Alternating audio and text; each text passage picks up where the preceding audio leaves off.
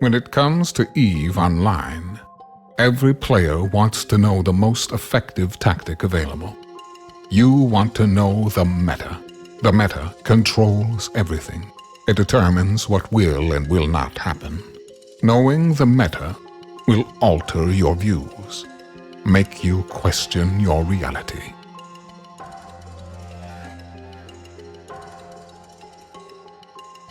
It might even make you laugh. And now, you're part of it. You're watching The Meta Show. Hello everybody and welcome to The Meta Show. I've actually managed to unmute my mic for 2 weeks in a row. This is going good. Last week we didn't have a show because it was holidays in the US, so pretty much everybody that would be helping me or be on the show was busy, I suppose, getting drunk lighting fireworks. I guess is what you guys do on the 4th of July. Wouldn't know. I just sipped my tea. Yeah, I just sipped my tea that didn't end up in the harbour. Exactly, yeah.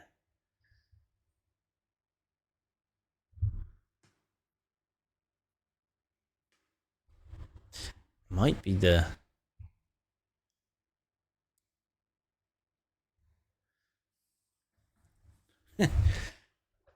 I think it's the... Because when you joined Zoom, you had like a massive flare of light, so it could just be the lighting in your room. That's a me problem. Hold on, it's being weird. Ah! On the scale of 1 to how good is Dave at unmuting things, he unmuted his mic and forgot to unmute them. We should start a counter of how many times I screw up unmuting stuff on this show. We need me to try again. Can you guys hear me now? Allegedly, yes, you're supposed they can to hear me. They can. Yes. Chat hasn't confirmed yet, and I need feedback. Okay, yeah, they're saying yes. There we go. I forgot everything I said while I was Dave muted, though. You're glowing pink. Oh yeah, right. I don't actually get quite this much sun. If you're seeing me in a bright pink color on the show, that is also a Dave problem. Is it? No, that's how you... I don't... That is kind of... I don't know. Your light is getting brighter on OBS. It must be cleaning it up a bit, because even I'm brighter. Fascinating. I know. Yeah, it could be something with the actual natural light I have in this room. Who knows? He's got a lot of sun. Anyway, welcome to the Meta Show. We're going to be talking a lot of stuff. I have some stuff to say first. So, first of all, unfortunate news. The Corporation Care Bears with Guns had a member pass away last week. F's in the chat, folks. Yep, I'm going to go with his name is... I can't pronounce the character's second name, so we're going to go with Alex. If anybody would like to join in the Sino Vigil, that is going on now. If you're wondering why I'm looking to my right, it's because that's where all my notes are. Yeah, that is going on in 1DQ now. So if you folks would like to go join in, as usual, please do not shoot any neutrals heading to that way. On a brighter note, this morning, Horde managed to turn a dunk into an embarrassment, which we will cover more later. Always exciting. Yeah. Good setup. I'm ready for that later. It was quite funny. And the AT's coming up, so if anybody's got a team and would like to come on the show to talk about the Alliance tournament, it'd be great, because I don't pay attention to it because I've never cared. So it'd be good for you to enlighten me into the AT. I've watched it, but I've never really looked into it. I'm more of a big fight sort of person. And joining me today is Betty, who is going to be my co-host for today, and she has a few things she wants to say. Hello. Welcome.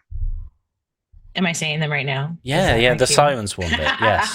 Jeez. Okay, I'm so sorry. So, we, as female players in the game, don't have a whole lot of female players to play with. There's this running joke on the 12 Ladies of Eve, because there's only 12 ladies that play. And I just wanted to, for the females in the chat, to let you know there's Siren Swarm as a SIG, and we are trying to spin up some more stuff with that and get that going. And there's in-game chat, there's pings, there's forums, there's all sorts of places for us to communicate as ladies and get together and be friends. So it means a lot to me, especially after the loss of my husband, to make more female friends in this game. So yeah, there's my soapbox. Heck yeah. Okay, so we're going to move on to our top story next, which I will tell you after this transition.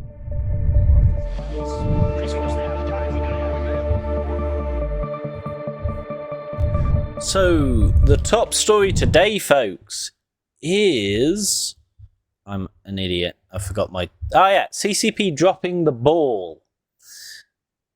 So, we all know about the changes coming to nullsec. Some of them already here because we can choose to have them at the moment. However, the testing that's been done has been kind of lackluster, and I'm going to let Casimir talk about that because he is more in the know on that.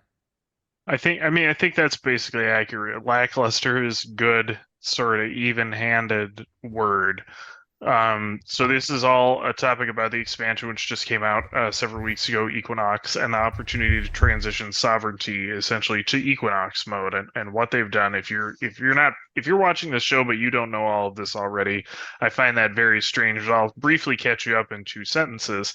What CCP has done here is they have taken Sov nullsec and introduced what I call a third map, a set of resources that Sov is composed of in some sense. It's called, there's power, there's workforce, there's reagents. I think their term for the lore is colony resources that Upwell is doing.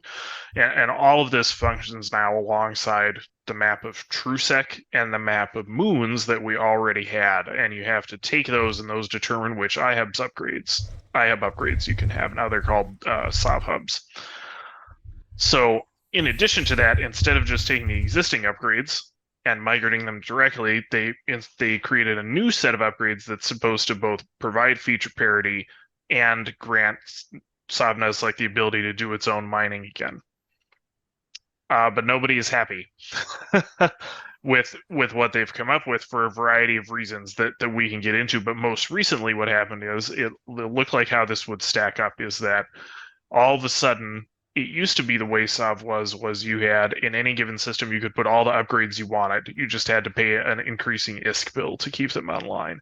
But you could put a super capital yard, you could put a jump bridge, you could put a jammer, you could put a beacon, you could put all your mining and all your ratting upgrades. And in some cases you wanted to, because you needed ADMs for those systems, which you would get primarily by installing the upgrades. And those upgrades didn't have, I think, an ISK bill, and so you would just farm until you got the ADMs and keep the ADMs up, and that was how nullsec worked.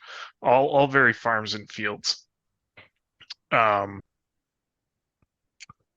So now, but that there was no resources with that. It was, do you control the system or not? And then you can choose how much you want to be paying for all of that opportunity or not. So what they have done now is it said, no, there's a map, and this map determines how much you can do along a variety. It's a whole set of linear optimization problems now. So I feel like the fundamentals of that are very cool and good. As a matter of fact, I think in that sense, 8 out of 10 that we're here and nothing is busted. But meanwhile, the player base is completely unhappy because what CCP has gone and done is said, okay, we have all this new stuff. Players are going to turn it on. We know what the map looks like and how much of a threat to are they to the rest of EVE's economy if they turn this all on at once and go wild.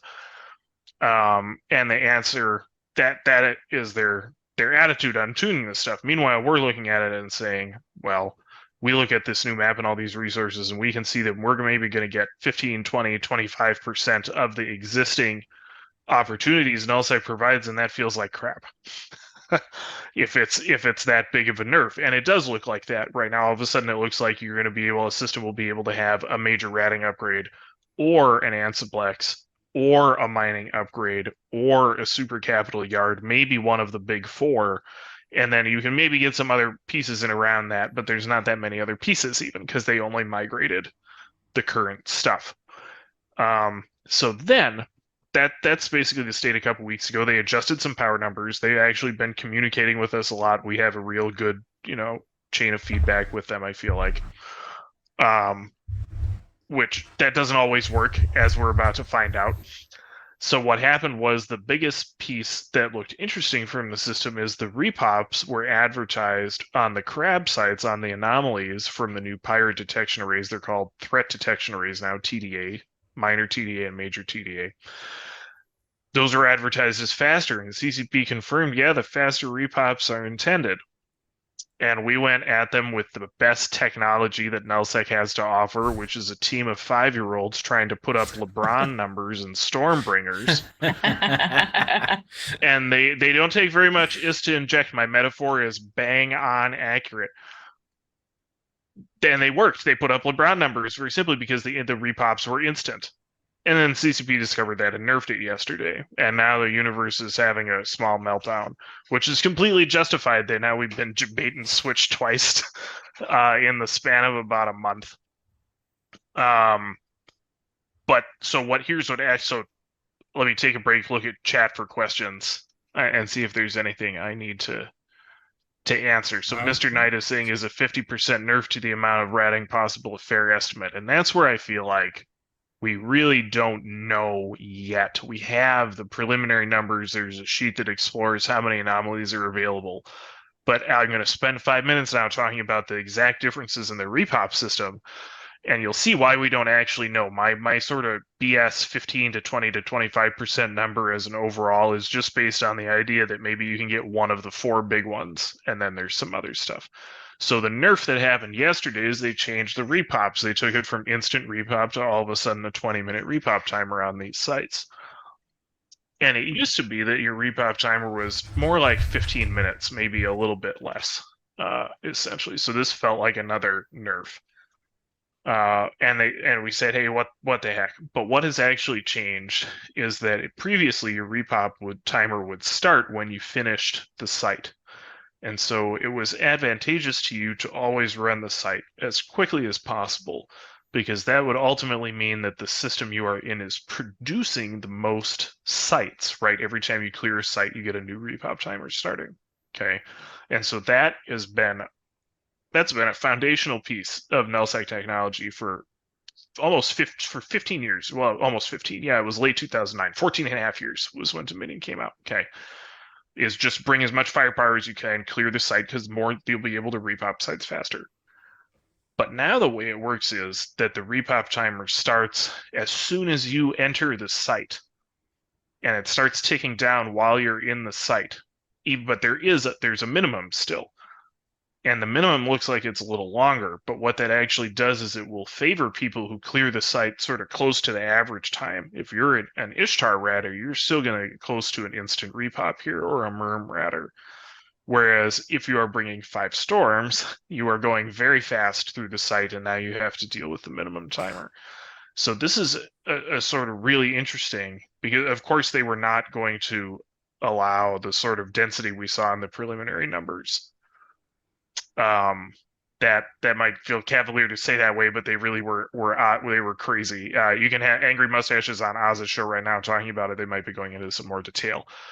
But of course, we do want something that gives the ability to get more money and make something more dense. But it is interesting how it has changed the valence of bring more firepower to the sites. And I think that is part of what we're going to want to communicate to CCP is like, actually, blowing the doors off of these anomalies is part of our playstyle, and it's part of what originally brought supercarriers to the field when they could do that. It's what brings Dreads to the field. And we want that back right now. So they migrated the existing stuff successfully, but what we haven't seen is, for example, a capital threat detection array. There's only capital escalations, and they're of questionable value, sort of. Same thing with the mining sites. It looks like the rocks are all very small. There's not a ton of value. And so I'm trying to understand, how do they feel like this is the best that they should allow, where the current mining sites, there's substantially more M3. They can rotate much more quickly. So there's some sort of canning here between how the player base feels and what CCP is saying. It's not like they're ignoring us. And my other big take on the expansion is they had a ton to do. and barely got it out the door. And so I'm kind of happy that we're continuing to see 1 or 2 patches a week, if that makes sense. Go ahead. The other thing, so on the Stormbringer things, I run 8 Stormbringers and a Lightning Rod, and that clears a Haven in under 2 minutes, which sounds a bit OP, but it slows you down after a while. But the other thing is, I've got 9 accounts that I'm plexing. Whether I do that with real world money or buy it with ISK, that's still plex that at some point is going into their thing. If I can't do that anymore, what's the point of me plexing all those accounts? So they're shooting themselves in the foot as well. Exactly right. Yes, so they have this slice of players, many but not all of whom play in Nullsec, who their way of playing is to maximize firepower through multi-boxing, and that's totally legitimate play. But the question is, when they're tuning Nullsec with repops, how far is that allowed to go, and what is the minimum repop timer? Should it be tuned around a Merm? Should it be tuned around an Ishtar? Should it be tuned around a Marauder? Actually, and which sites should be that way? So we're going to explore getting more info from them. We really want, and it's not like they've been bad exactly. They're talking to us, and we're getting weekly posts, but it's just not quite there, right? One of the weekly posts had some of the numbers on the anom sites, but we've had to have hostiles essentially put a spreadsheet together documenting what exactly comes out at which TrueSec levels and evaluate all of this. So it's a big old mess. Even though I really want to be positive, the fact that they've gotten a 3rd map into Sov Nullsec is something I feel like I hope we'll look back at 10 or 15 years from now and say, hey, look, we've been fighting over power, workforce, and reagents for a decade and a half, or our kids have. That will be cool. But I understand why people feel bait and switched twice now.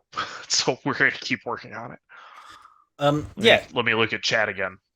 I'll answer that question real quick. The Stormbringer / Lightning Rod method, you have. So, for instance, I have 8 characters that shoot my one character. My one character's sitting in the middle of all the rats, and it's bouncing off. That's how it's done. Yeah, you have to F1 on all 8. You cycle through those and F1, right? But otherwise, you're typically moving with like a regroup, so that all of your guys are following someone who is then orbiting the lightning rod, something like that. Yeah. So one of my counts orbits the lightning rod. It's regrouped them, as you said, and then I use one of the I use Evex to just flick through all the characters and mash F1. Yeah. And I do the same thing, but I use Thunderchilds. I have 3 Thunderchilds. Sure. So. Right. Yeah. Thunder Children are super popular. It used to be Smart Bomb Macarials, which those, I guess, die too easily to Dreadnought spawns now. Weirdly, they can't get out of dodge fast enough, something like that. But I think it's a valid question for us to engage with CCP on is there a space for anoms that have a faster repop timer, and what does that cost in the new matrix of colony resources somehow?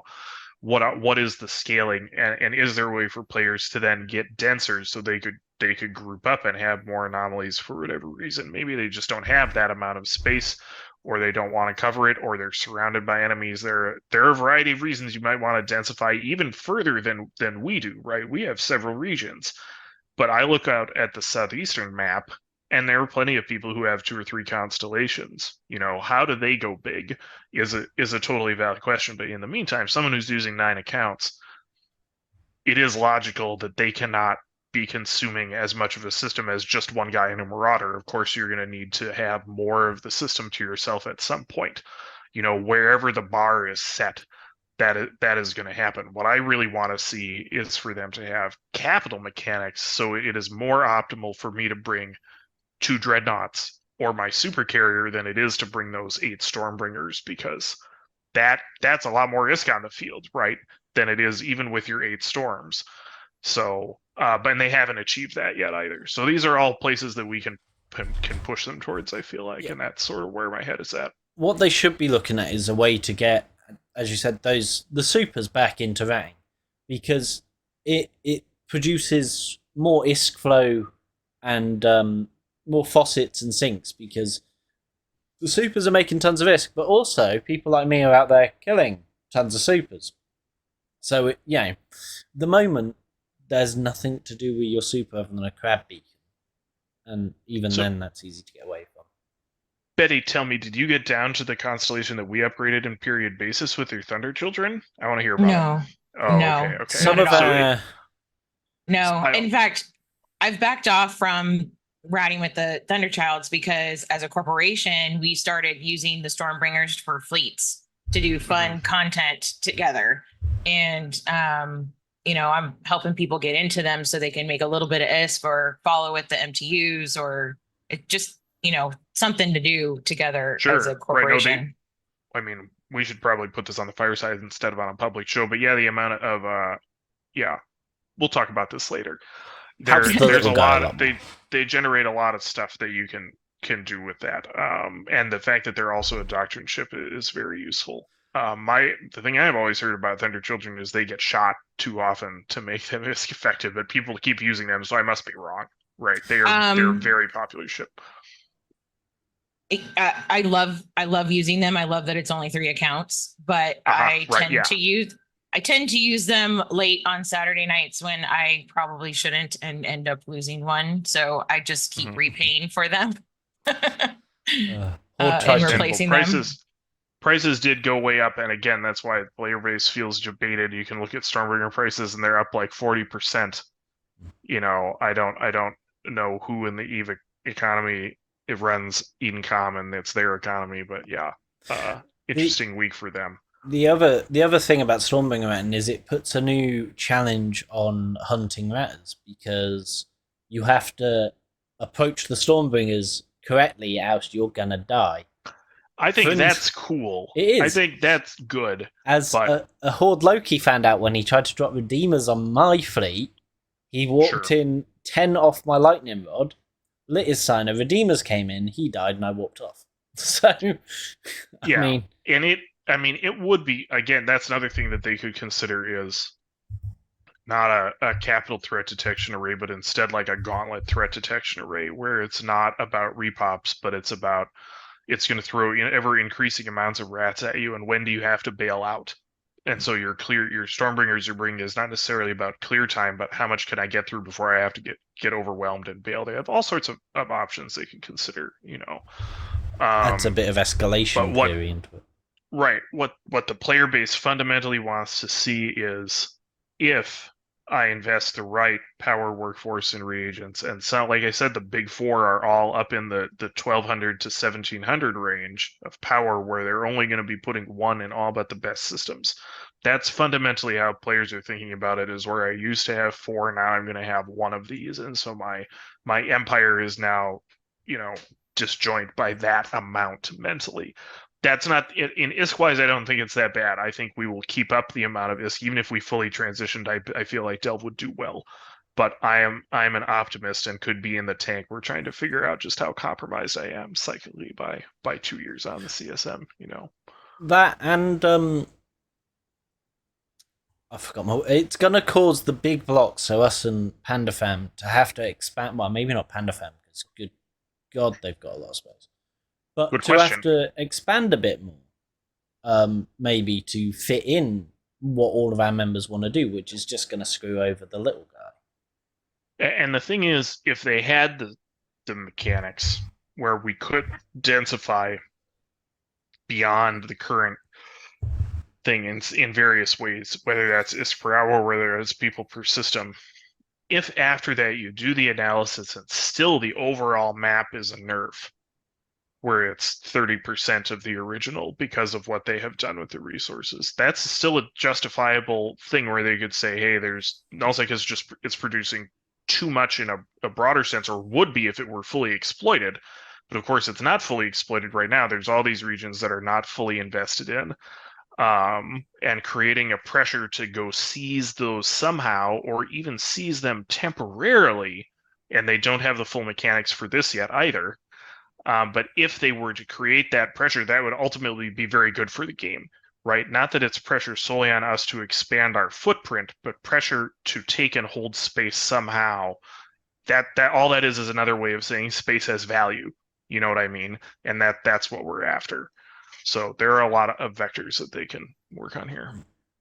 I think in consensus, though, I think the whole and nullsec are kind of on the same page with this, much like they were when the drifters attacked Nullsec of this is bad and it needs to change. Yeah, no one is happy, especially with the some communication problems and being told the wrong thing or the technically correct thing that ended up being misleading. It does feel like there is a widespread agreement that we're getting rogered here. And meanwhile, I'm sitting here trying to be like, oh, I'm optimistic, guys. So I feel like a dickhead in that way. But I we're gonna have to see. Do they keep rolling out a patch every week? That would be very encouraging. And I feel like the path is possibly so clear in terms of what they can add to the system. They've really only migrated and added a couple things from the old system. They can keep building on this, I think, for a long time, and that would make the choices very interesting in many ways. But I'm definitely going to need to sort the power, though. I mean, I understand why not everyone is racing this month to upgrade their constellations anymore and are back to complaining, essentially. I get it.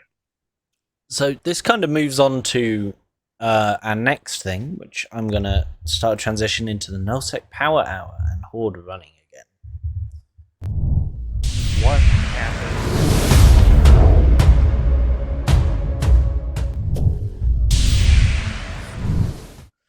So, folks, earlier today, there was an interesting thing that happened.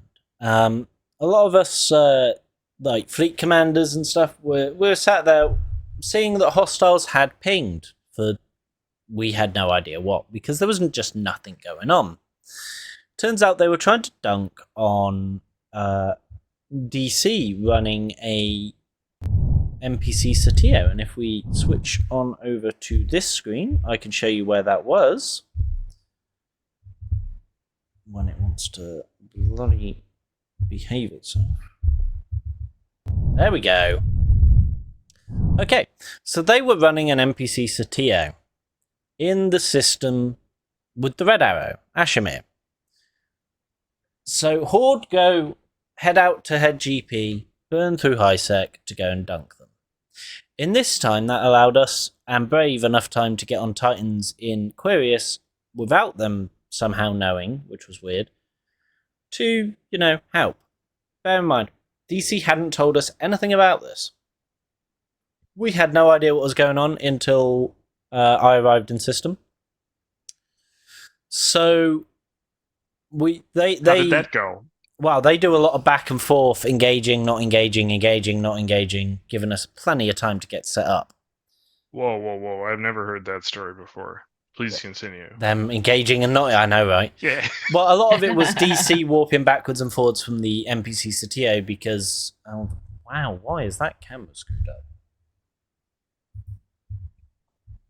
I had these working properly earlier. Anyway, a lot of it was DC warping backwards and forwards from the NPC Satio, because if any of you have ever tried to run one of those things, they are not the easiest. There's a lot of messing with the spawn waves, as I understand. Yeah. Thank you. Compliments from chat on my drink. I am a 7-Eleven partisan out here in the West, but they stopped carrying these, so I had to get the Circle K brand, which is Polar Pop. Woohoo! Right, I'll fix that. I'm a brand trader, legit. So represent 7-Eleven. I just want to put that out there. Isn't it great when you get your cameras all set up, and then when you switch to the blooming scene, for some reason they're not set up properly? It's amazing. Wow. So, anyway, where was I? Yeah, so Draco's warping in and out, because the rats on an NPC Satio are particularly dangerous. They basically work like a real fleet. They'll warp in and out, they'll escalate depending on what you bring on grid. So you bring a load of frigates, they bring a load of frigates. You bring a load of cruisers, so on and so forth, all the way up to dreadnoughts. If you put a capital on that grid, they will put a load of Caimans there, because it was a Grista's one. You're going to have a bad day. So, they were warping in and out. Horde started bouncing around the system, trying to decide what they're going to do, basically waiting for Dracoris to go back on the structure. They go back in, so we go in. Horde very quickly realise that this is a bad move and start running. They get to Kebbers. By this time, Brave had gotten in front of them and were waiting in head GP in their tackle fleet. So jumping into head GP was a bad idea. So they turned around, they tried to go back to Ashmere, where, lo and behold, we were waiting in a battleship fleet. Not a good... They were Horde and CFIs, by the way, folks. So they go back into Arzani, which is the one with the blue arrow, and head to the Push X Astra that's there, which is a free port. And they dock. Sure. In a surprise to absolutely no one, they dock. So, what do enterprising young goons do? We take our battleship fleet to head to camp them out of their, essentially what is mostly their region. While we're in head, we realise there is a sovereignty contest going on for a shub. Well, it's not even a shub, it was still an iHub. This is how this happened. Yes, I heard about this. Yes. Now. Okay. So now I know the rest of the story. Oh yeah. we're sitting there and we're like, yo, they're all stuck there. We could just, knock this thing out. So for those that don't Do you know, have hackers with you for some reason? No, we got them over there. Ah, okay. So you had to run up the dinner bell ladder and. So for those that don't know, at the moment, if you kill a sovereignty hub, they have to place a actual sovereignty hub down, and it becomes the new system. Dun, dun, dun. Equinox. I know. It's a verb. So, while they were camped into the Citadel, being their cowardly selves as usual, we rage pinged for hackers from Brave, Dracaris, IGC and Goons. We got some at like 70 hackers, which is an amazing number because you don't normally get anyone in Nintosis ships. What time was this at? This was about time of day? Just after downtime, 1300, something around then. Okay. Yeah. Please continue. I 70 won't say anything is further. a rough guess because I know that Brave had almost 30. We had knocking around that number, and then DC and IGC were also there with hackers. So that's a lot of Intosis's. If any of you have ever done Intosis before, it's not a fun thing, and people don't generally like to do it. So we started Intosising the nodes that spawn. It's a lot of drakes. Wow. Yeah. They decide to stay in their lovely little station. In Arzani. Yeah. When it gets to about 40%, they decide to undock. Now we're thinking, okay, are they going to make a run on head? Are they going to go to Quirius and attack our stuff while we're attacking theirs? Which honestly, that's what I would have done.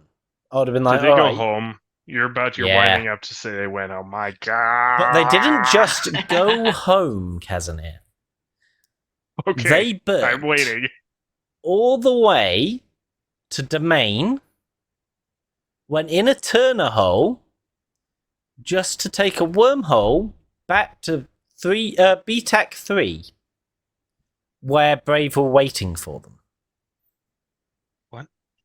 They managed to get away from Brave because, of course, Rokes ain't going to move that quick, so we couldn't get there that quick. They used a burn to Turner to go around your little mini blockade of morons. Okay, yeah, I'm with it. Yeah, when they had capital superiority in the area, like.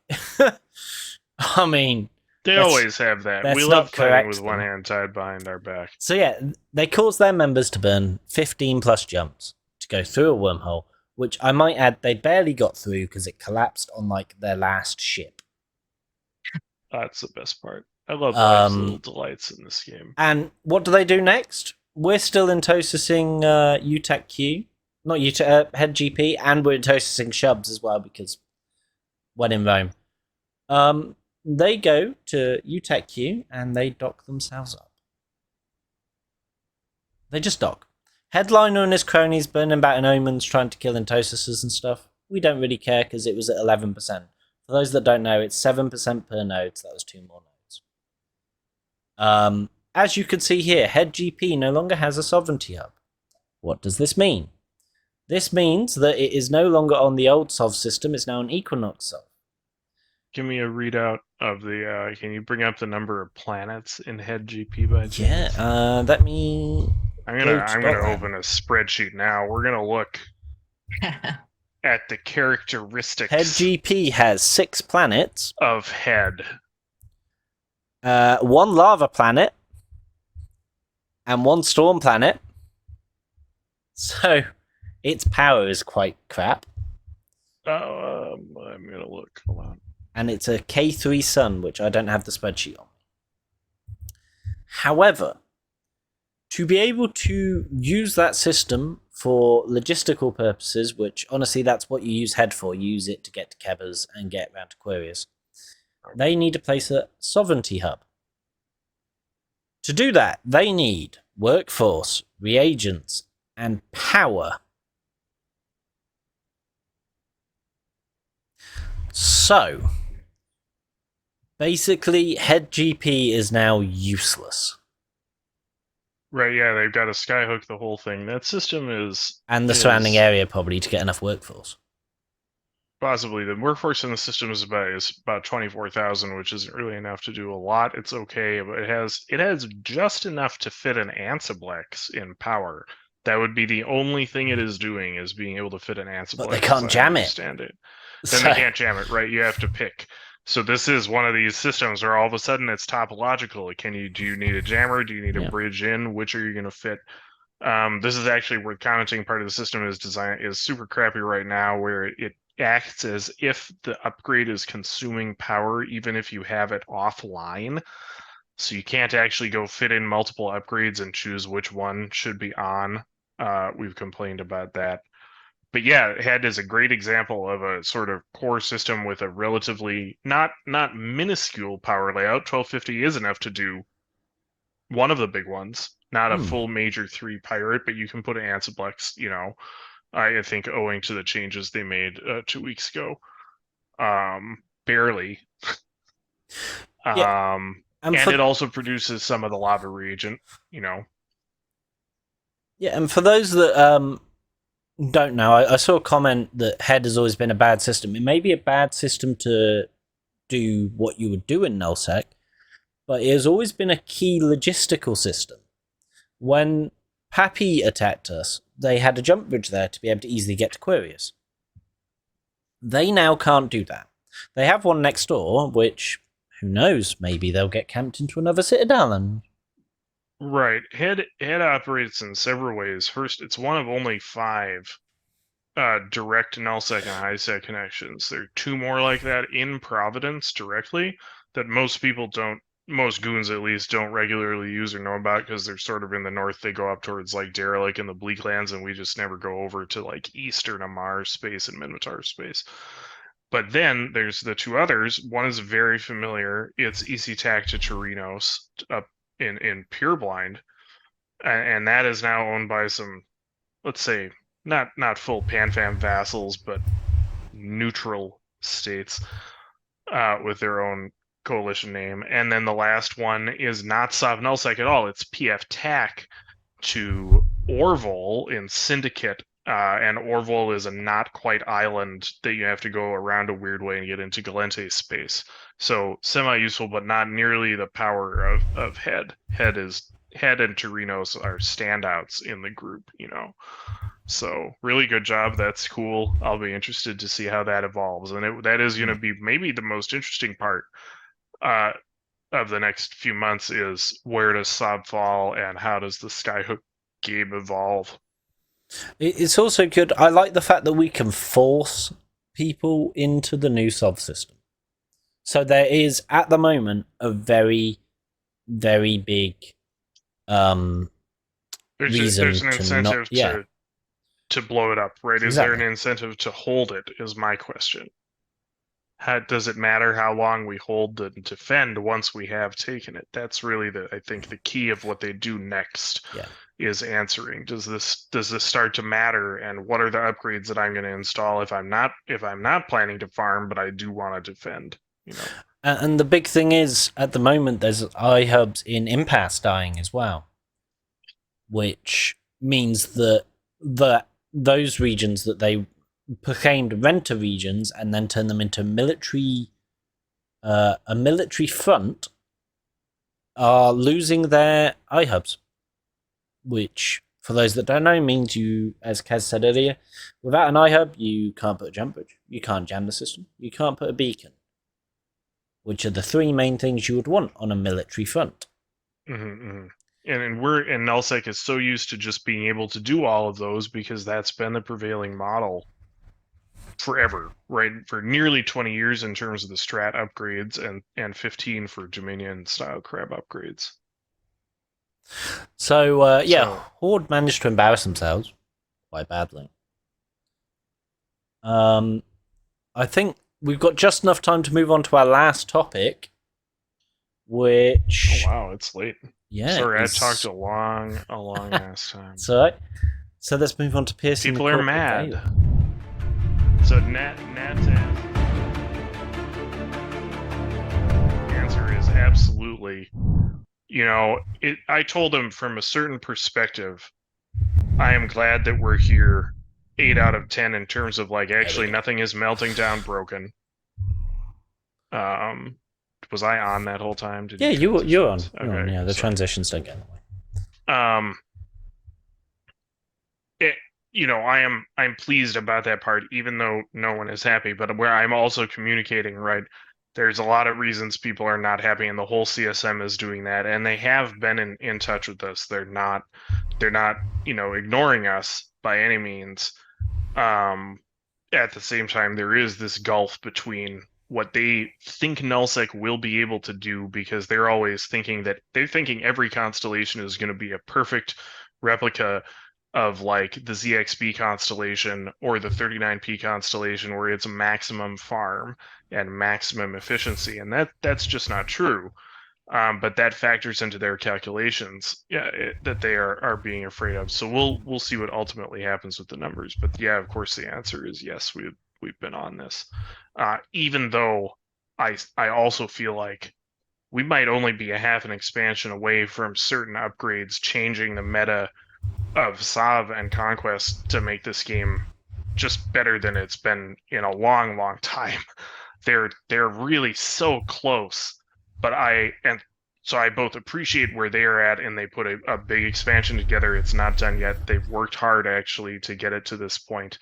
But I also totally understand why the player base is not happy yet and are feeling the grip of a potential scarcity 2.0. We don't want that, and I don't actually think CCP wants that either. So I think we will see progress. That's what I got. Okay, Betty. Liberation Day and Skinner, I hear, has not been as popular as thought. So what you got on that? Typically, the packages that come out on the market, the actual Eve market, have beautiful skins that are sought after a year or so. It's one of the ways I've made a lot of ISK in this game, and I'm a little annoyed that this Liberation Pack has components to make skins on the new Skinner. So it's basically forcing you to go and use the new Skinner. And I personally haven't touched it yet, so maybe Kaz has some more on that, but I don't know. I'm annoyed. So I've actually used the new Skinner tool. It's great if you want to make your own skin. Okay. But I'm listening. I would say the marketplace isn't that great. And the skins are really expensive to make, quite frankly, if you want to make them in a okay amount of time. I don't know about you folks, but I don't want to make a skin and then wait 10 days to be able to use the thing. Let's see what's happening. Okay. And so then yeah, go on. It costs upwards of 3 billion ISK to actually fast track the skin, but then to sell it, if you want to put on the hub, you can only sell it for a maximum of 2 bills. So you're going to spend 3 bill making a skin or more, and you can only sell that skin once for a maximum of 2 bill. There's just no economic way to do it. And that sounds like we're missing something. So there was I was going to say there's a little bit in the last director's letter that talked about them watching the market and would like it sounded like they'd consider changes, but it didn't sound like they were moving forward with any changes. So I know that they have asked us some stuff about this. My take is they did want, and this is what I think is sort of good, is they have a ton of skills in there to improve your competitiveness, essentially, not just in making them for yourself, but in making them for others, right? They use this as a profession. And the Plex cost on the make it instantly is sort of a way of skipping that so you can do it yourself as fast as you want. That's really the luxury purchase. And I told them a lot would depend on, is this a legitimate part of the rest of Eve? And I feel like the skills make it that, right? There is a way to invest in all those skills, and suddenly you wouldn't have to pay the Plex because you're not waiting nearly as long, just like an industrialist gets buffs to their industry jobs.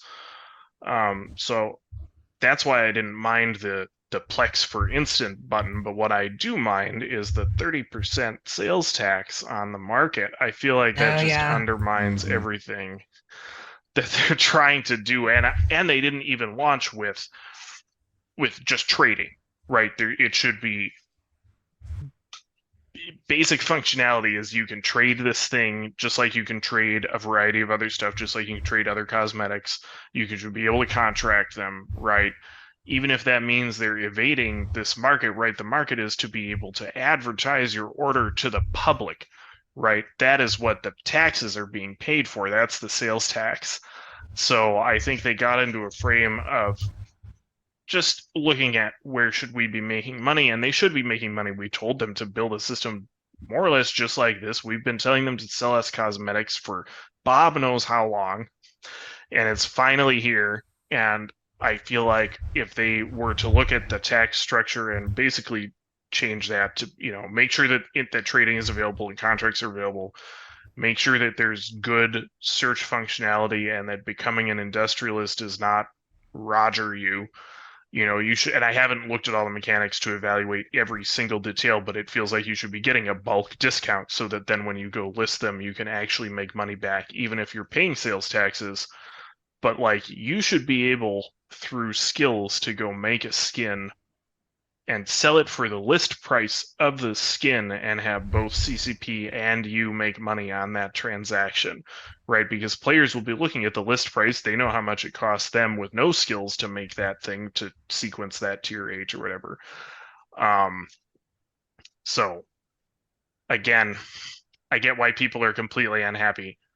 At the same time, I am glad that they got this thing in there because, like I said, we've been telling them to sell us more cosmetics, and this finally has the ability to do it. And I hope we're still talking about Skinner in 10 and 20 years, or again, our children are. So I want to be positive. So I would love to get more detail on where people are unhappy. Another thing I saw in public was people complaining about lighting and how they made a skin and it looked one way in the preview, and then just in station it didn't look that way. That sucks. We don't want that. I want to clarify, someone in chat is saying this is almost Monaco level of money. It's actually the highest price skin, which I don't think you can actually make in the game, but the list price of the tier 20 skins is, I think, only about half of what a monocle was. So if you want some context on what Monocle Gate was like 12 years ago, they were trying to sell a monocle cosmetic for your portrait for like $90. That did not work, and we don't want that back. So I like the fact that you can make a custom skin. I love it.